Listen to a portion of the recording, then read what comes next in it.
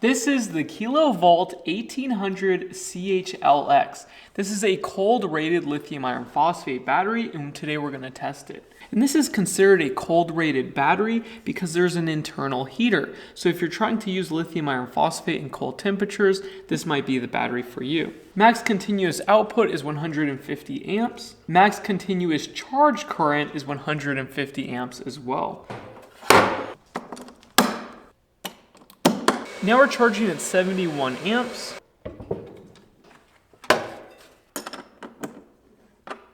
just tried to tighten this down and this terminal didn't feel that strong. I can feel it flex. Yeah, this one feels a little weak too. It just flexes a bit.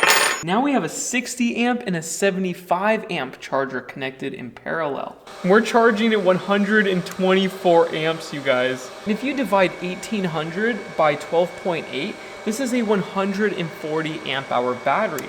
And what's crazy is that the fact that they recommend 150 amp max charge rate means we're charging faster than 1C, which on most data sheets is not recommended. So I wonder what cells they're using to accomplish this. We're charging at a fast rate, but these terminals are not heating up that much. They're a little bit warm, but it's totally acceptable. And the front of the battery is getting warm, so I assume that this is where the battery MOSFETs are. Now I've added two power supplies and we're charging at 135 amps, but I can't get any higher. It's because the state of charge is rising, so the internal resistance is increasing. And yeah, I can't push any more current than this. Now the current's dropped to 0, so we're gonna do a discharge test at a high rate. So we have a 4,000 watt inverter, a watt hour counter. We're gonna connect it to the Kilovault battery. So this shunt can only handle 85 amps max. So we're gonna have to do it the old fashioned way. And I'm not trying to do a capacity test right now. I just wanna see if it can handle 150 amps output. Now the battery is directly connected to the inverter and we'll do the max load test again. Right now we're pulling 133 amps. There we go, 154 amps. Let's see how long it can power this load for. 12.4 volts, and then at the inverter with voltage drop, we're only at 12 volts. Alright guys, I'm getting a little bit bored. This battery will not die. It's already been 55 minutes, and it's still going.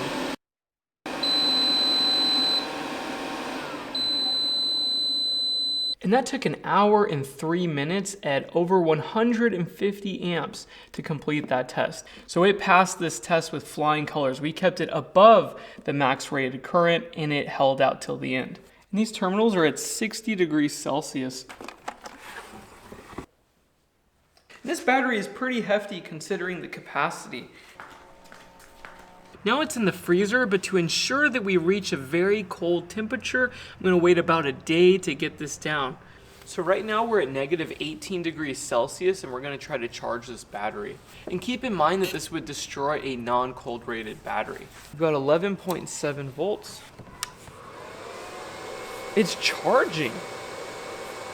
Oh, wait, nope, it's stopped. Check this out, you guys. So the battery has turned on the internal heating element and reduced the charge current. And in the manual, it states that it can go from negative 30 degrees Celsius to 0 degrees Celsius with its internal heater in 1.5 hours. So we'll come back soon when it starts charging.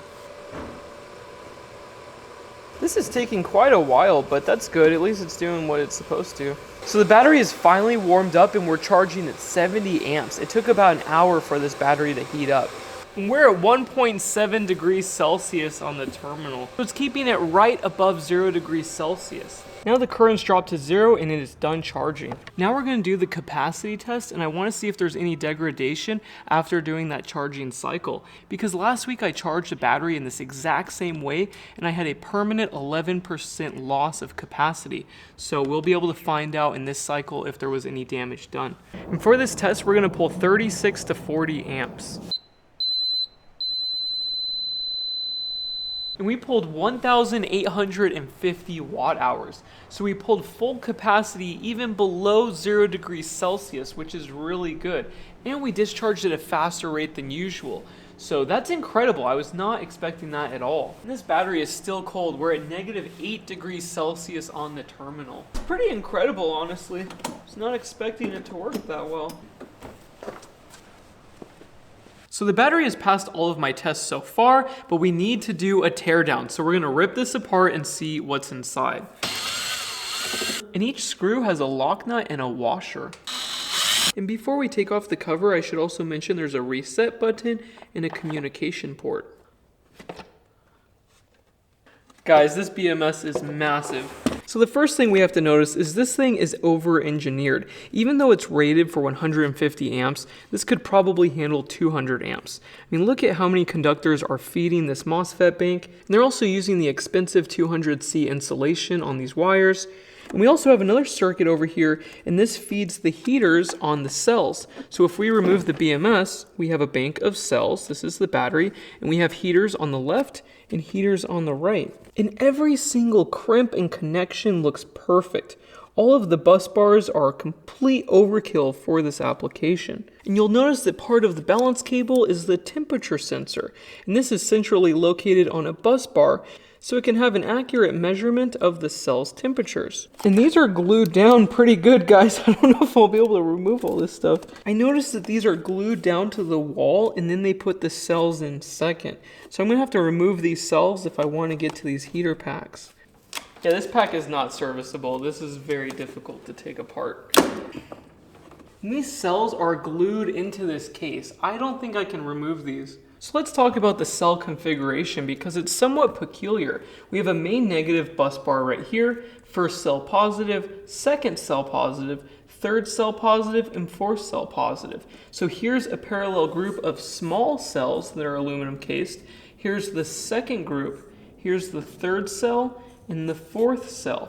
And then you have the main positive bus right here. And then we have the temperature sensor and then the heater pads right here. And one wire supplies this pack and the other wire goes underneath the battery and supplies this pack.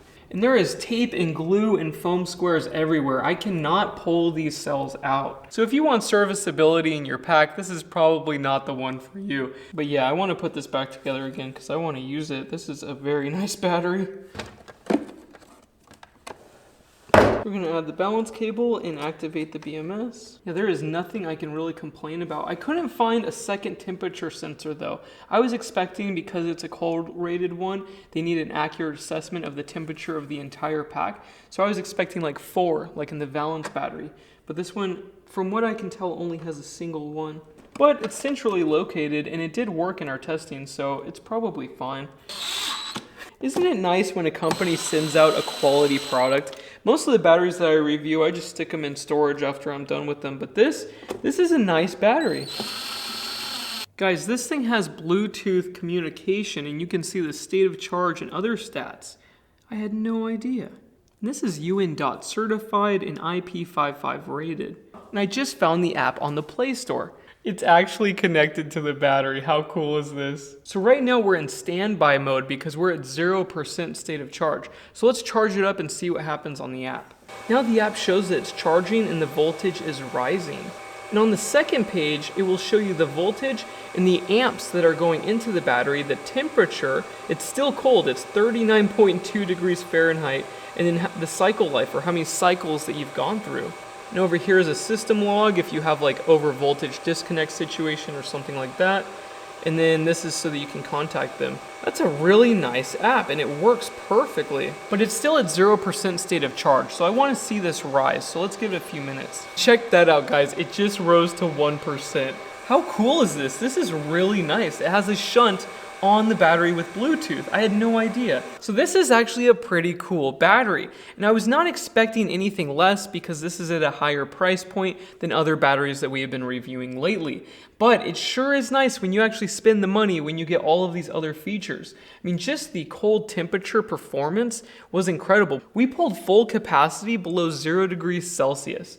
So that's incredible. We actually have a cold rated battery now. Now we're going to talk about the price of this battery because there are 4 different versions and I did not know this. So first there is a cold rated 1.8 kilowatt hour and that's what we have right here. But they also make a second version of this cold rated battery with double the capacity. So if you want this battery that has the internal heating feature, it's going to be $1,345.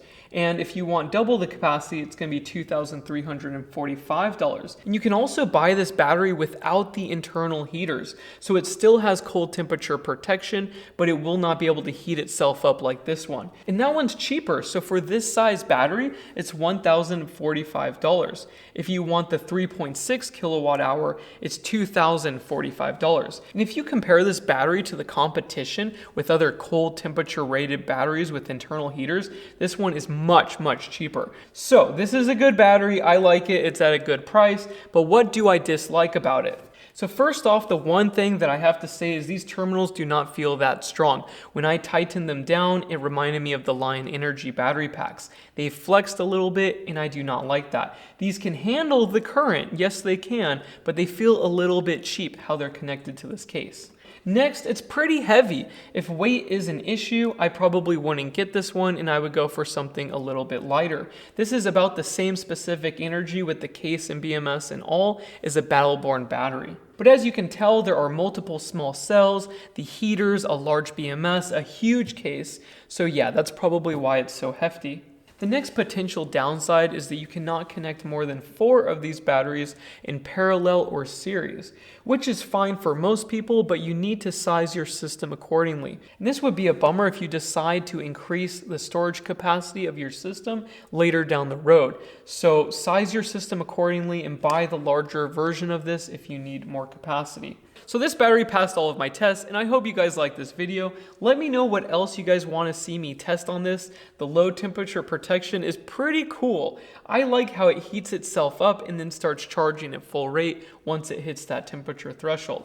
So I hope you guys like this video, and I will talk to you soon. Bye.